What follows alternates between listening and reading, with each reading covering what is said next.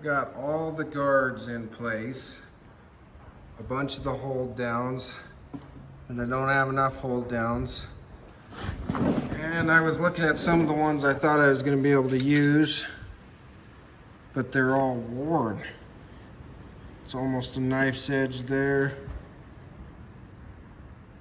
I guess it's not as bad as I thought, but you can see that it's worn fairly well, so that's not going to hold down on the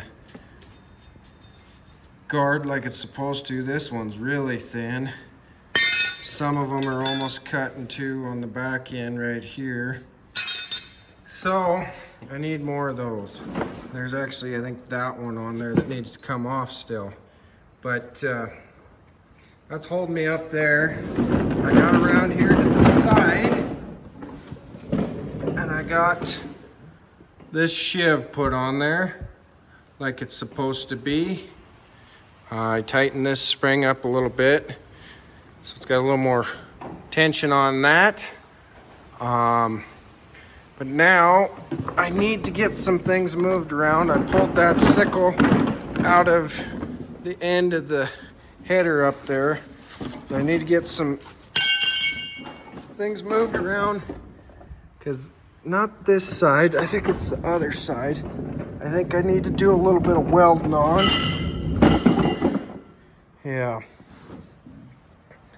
It's paper thin here, really thin up here on the hinges. So I need to weld something along here to build that up so it's not wearing right there on the hinges. It's actually wearing on that other plate. But the end cover for the header here that goes here is dinged up, needs some welding done on it too. So I think I'll get set up and weld something on here, fix that up. I won't put it on yet because I'm gonna build out a couple more sickle sections. Sickles, I guess, sickles and stuff in there for them in case they need them. That one is there, I think it's in the best shape. I need to kind of check it over and make sure it doesn't need any sections changed on it. But just kind of moving right along on this old girl. I'll be happy when I'm done with it. It's been here a long time. All right, I'm tacked up under here. I used 2 pieces of strap so I could form that angle basically. And I ran out of welding wire right after I got tacked up. So, Edith's hair, gonna do some welding. Or maybe not, but I'm ready to weld this guy out. That should make a nice deflection. Keep the wear down right there. So let's get it welded out.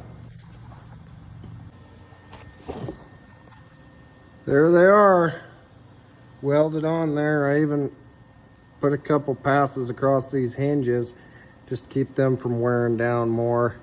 But I welded the front all the way out so it didn't jam a bunch of dirt underneath that front edge.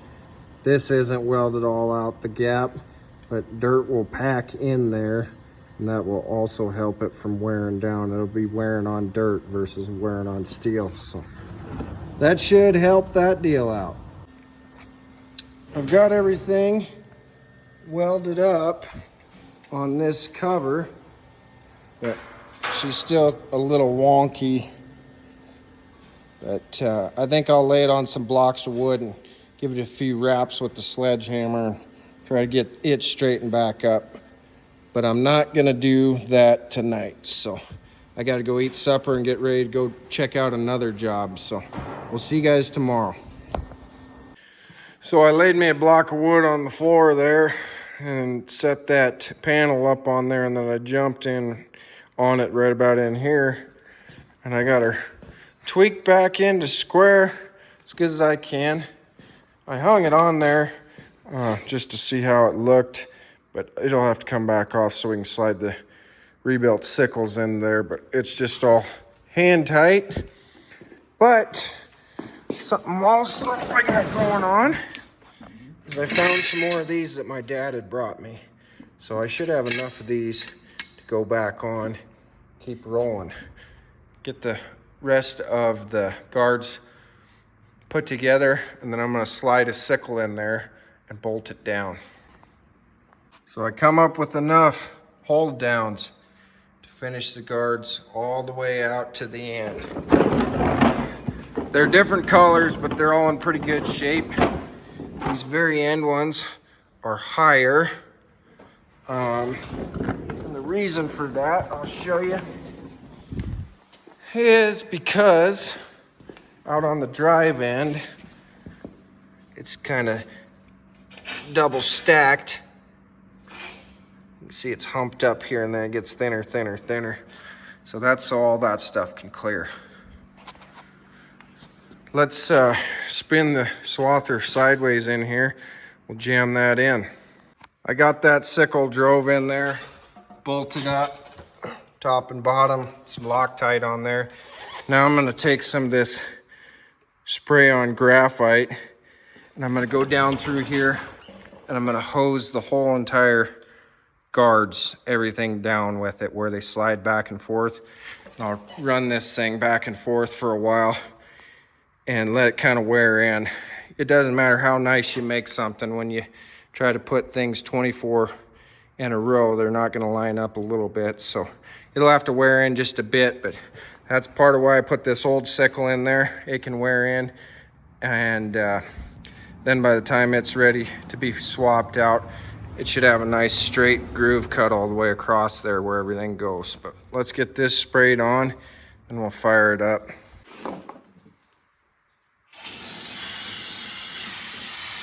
Just right there, right on the sickle sections, work good.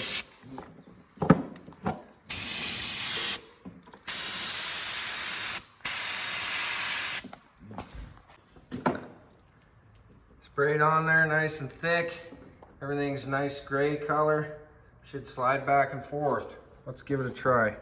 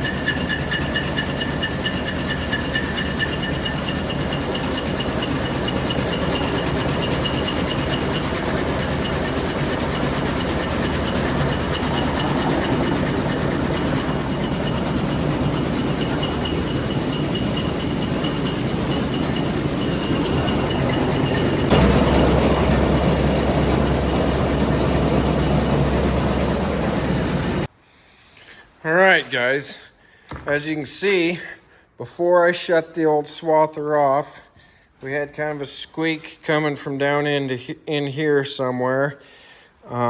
Just a hot spot from new sickles wearing in, I would say. I still need to grease this stuff along here, but we're not gonna worry about that yet.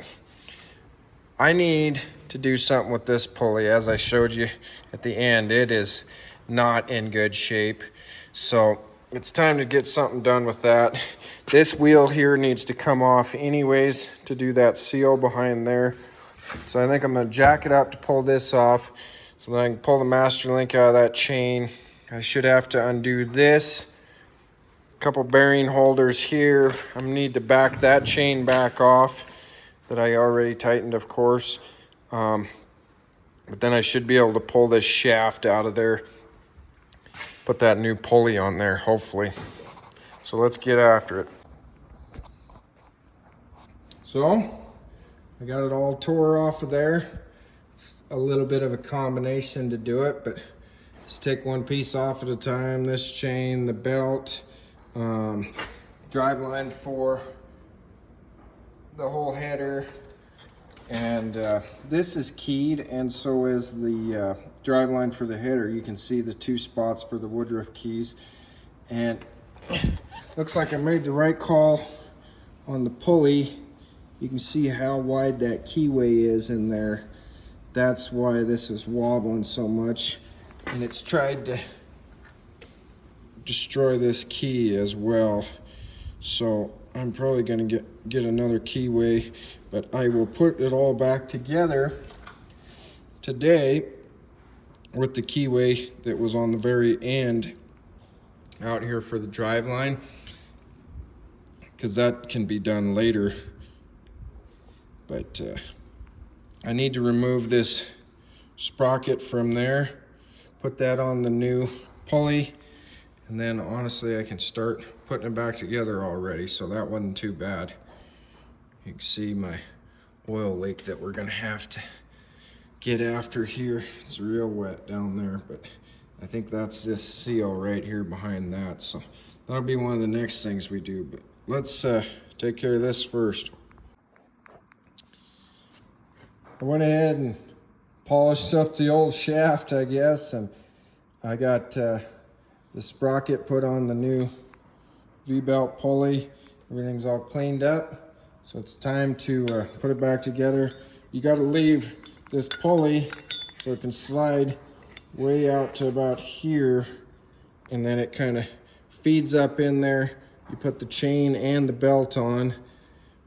Otherwise I could find the master link on the chain and do it that way, and I might still do that. It was facing the wrong direction for me earlier, but then put this whole works up into there and start after it's in there, then I'll start sliding the shaft through the pulley with the Woodruff key going into there.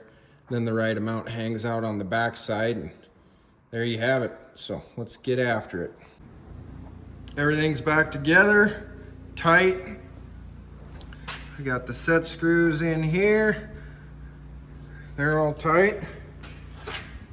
I think I want to try to give it a try. We'll see if this bad chicken will fire up. I got all my tools right in the way, but move the screwdriver of death here so we don't roll our ankle on the way up. See what this bad chicken's gonna do. Give it a little chokey choke. Oh. I think I unhooked the battery actually. Okay, we are not gonna test that right now, but I will for you guys. The battery is dead. It was dead outside, so I think I got a draw. I had messed with the light switch, so I don't know if I created one by turning that on and off or what, but we're gonna let that charge up.